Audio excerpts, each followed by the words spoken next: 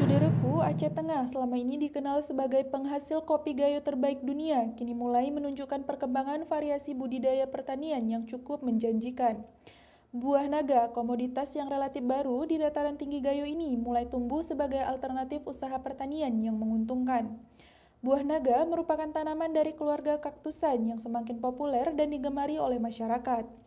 Buah ini selain dapat dimakan segar, juga dapat dibuat jus, selai, dan jenis makanan lainnya.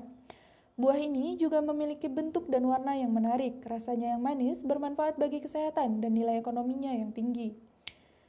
Seorang petani di Gelampang Gading, Kecamatan Linge, Aceh Tengah, membuktikan bahwa budidaya buah naga bisa menjadi ladang emas baru di Tanah Gayo.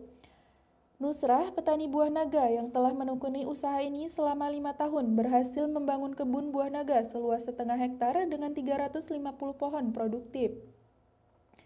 Berbeda dengan kopi gayo yang sudah berabad-abad menjadi kebanggaan Aceh Tengah, budidaya buah naga tergolong fenomena baru di kawasan ini. Namun, dalam waktu relatif singkat, komoditas eksotis ini mulai menunjukkan potensinya sebagai sumber pendapatan alternatif yang menjanjikan bagi petani lokal.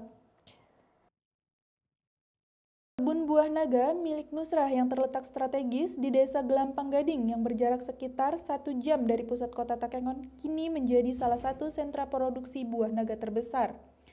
Dengan 350 batang buah naga yang sudah produktif, Bu Nusrah mampu melakukan panen hampir setiap bulan. Nusrah mengungkapkan untuk prospeknya budidaya buah naga juga termasuk penghasilan yang menjanjikan karena daya beli konsumen juga selalu ada tiap bulannya.